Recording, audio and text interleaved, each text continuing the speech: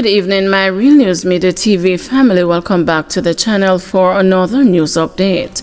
And in the news this evening, DNA capabilities help to solve a teacher's murder, says the police. The Jamaica Constabulary Force says it is reaping the success of its enhanced forensic capabilities in solving the murder of a 59-year-old teacher who was killed in January. Her suspected killer is to appear in court on Thursday. Reports are that Angela Hamilton, a teacher of Pear Tree Grove, St. Mary, was last seen leaving for work on January 10, and about 3:05 p.m. January 11, a friend discovered her body inside her home. Upon the discovery of Hamilton's body, the police were summoned, and on their arrival, Hamilton was seen with several stab wounds. The Area 2 Scenes of Crime Unit of the newly established Forensic Services Branch immediately processed the scene and collected forensic evidence, which was submitted for analysis. In a statement on Thursday, police said the swift action and effective processing of the crime scene, as well as DNA analysis at the Institute of Forensic Sciences and Legal Medicine, led to the arrest and the charge of a man living in Hamilton's community. He has been identified as 31-year-old Delroy Palmer of Pear Tree Grove, St. Mary. 3 suspects, including Palmer, were taken into custody, and an analysis of DNA evidence revealed a match between Palmer and the forensic materials collected from the scene of crime. He was charged on Sunday.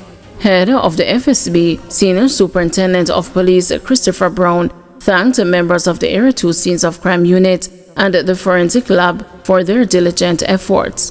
This case emphasized the critical role that modern forensic science plays in solving crimes and bringing perpetrators to justice, said SSP Brown. Our team's diligent work from the processing of the scene to advanced DNA analysis was instrumental in this outcome. We will continue to use every tool at our disposal to support our investigators and to ensure a higher rate of conviction, he added.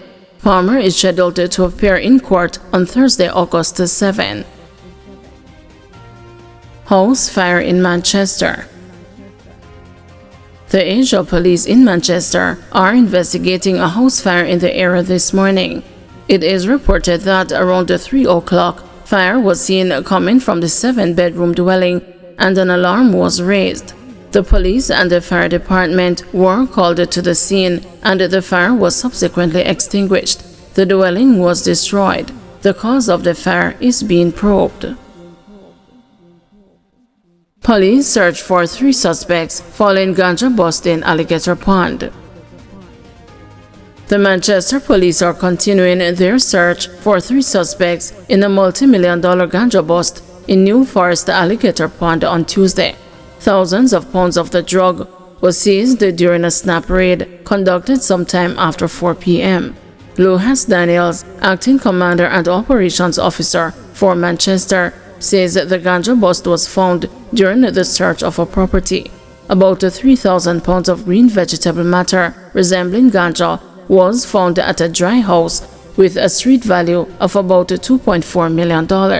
Upon seeing the police, 3 men made good their escape in nearby bushes, said the senior cop. No arrest was made. No motive yet for shooting in Kingston Central constituency, says the police. The police say they have not yet determined a motive behind the Tuesday shooting in the Kingston Central constituency, where Member of Parliament Donovan Williams and the members of his campaign team came under fire. The shooting in the vicinity of South Camp Road and Tower Street occurred in the Kingston East Police Division. Both the Jamaica Labour Party and the People's National Party have condemned the incident, with PNP General Secretary Dr. Dayton Campbell calling for the police to make a statement to dispel any likely rumor about the motive during this period of political activity. Speaking with the news on Monday, head of the Area 4 Police, Assistant Commissioner Michael Phipps, said investigators will be using all available resources to bring clarity to the matter.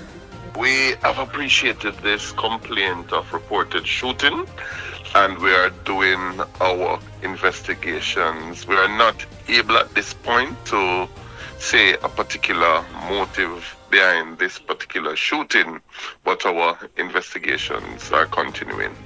The information we have in brief are that shots were fired in the area, and at the time the member of parliament and some persons were in the vicinity.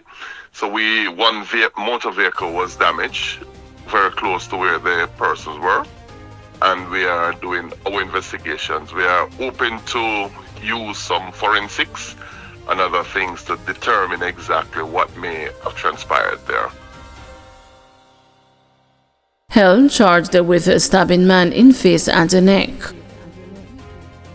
A disagreement at a community shop in Retreat District, Westmoreland, ended with one man stabbed in his face and neck, allegedly by 31-year-old Demario Hill Williams. Williams, a laborer of the area, is charged by the Westmoreland police with wounding with intent. According to reports, about 5:38 p.m. on August 2, Williams was involved in an argument with the victim while at a shop in the area. He reportedly left the location and later returned armed with a knife, which he allegedly used to stab the man. The injured man was taken to hospital by police, where he was treated and subsequently released. Williams was arrested during a police operation and later charged on Wednesday, August 6, after statements were collected from witnesses. Recording artist Asobas charged with armed robbery. Yashoy Clark, a 29-year-old recording artist known in the music industry as Asobas, has been charged in connection with a daring daylight armed robbery at a repair shop in Portmore, St. Catherine. Clark, who is from Lincoln Avenue in Kingston and the Padmore district in Red Hill, St. Andrew, is facing charges of robbery with aggravation, possession of a prohibited weapon, using a firearm to commit a scheduled offense, receiving stolen property, and a conspiracy. According to reports from the Caymanas police, the incident occurred around 12:30 p.m. on Monday, July 7, when Clark and the two accomplices, posing as customers, entered a repair shop on Newlands Road. Once inside, they allegedly pulled the firearms, bound the shopkeeper's hands, and forced him to the ground before robbing him of his valuables. The trio then fled the scene in two waiting getaway vehicles. A police investigation was launched, and Clark was arrested days later. He was formally charged on Tuesday, August 5, following a question and answer session conducted in the presence of his attorney. His court date is being finalized. His accomplices are being sought by the police. Nearly $200,000 in debt, but no water. 74-year-old paying for a dry pipe.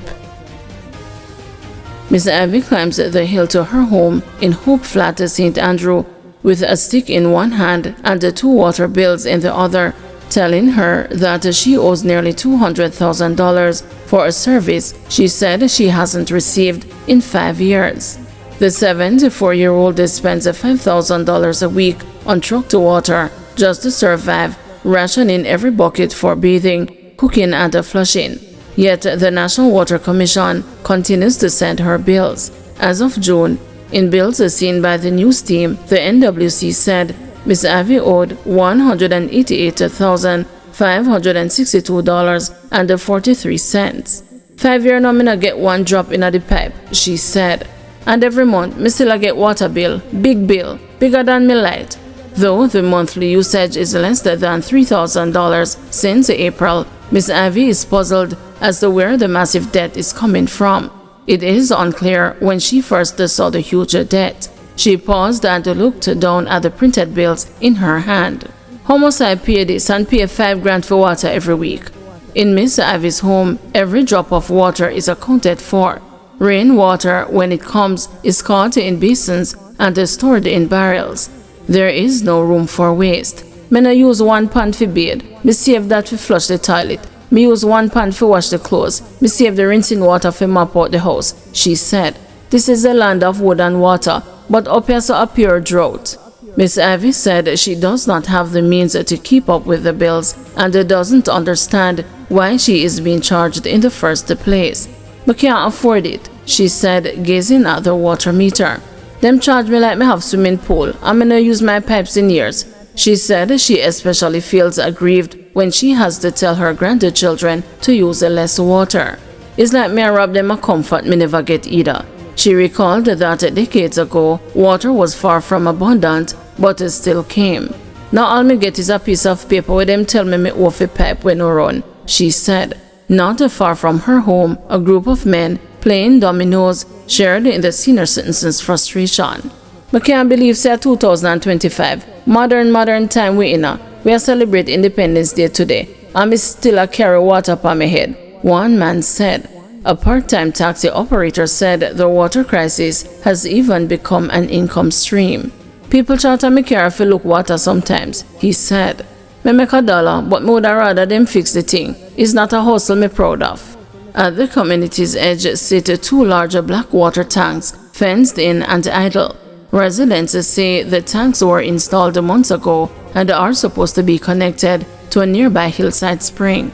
The authorities told them that water would start flowing by today. "Them say August, but me hear promise before," Miss Ivy said. "Me no hold me breath."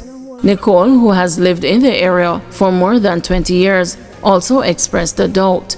She explained that the water is expected to come from a spring that residents already use in emergencies.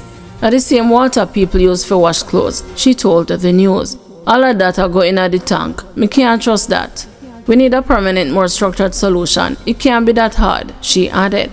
Nicole lives with her daughter and said the water she buys from the truck weekly doesn't last. She often has to improvise just to stretch what little they have, including showering at a friend's house. She has developed a system: bottled water to drink, trucked water for bathing, and rainwater for flushing. "You have a plan every use. It's like water turn accountant work," she said. The news tried unsuccessfully to get a comment from Delana Williams, acting corporate public relations manager at the NWC. Thank you everyone for watching. See you tomorrow morning at 6 a.m. for another news update.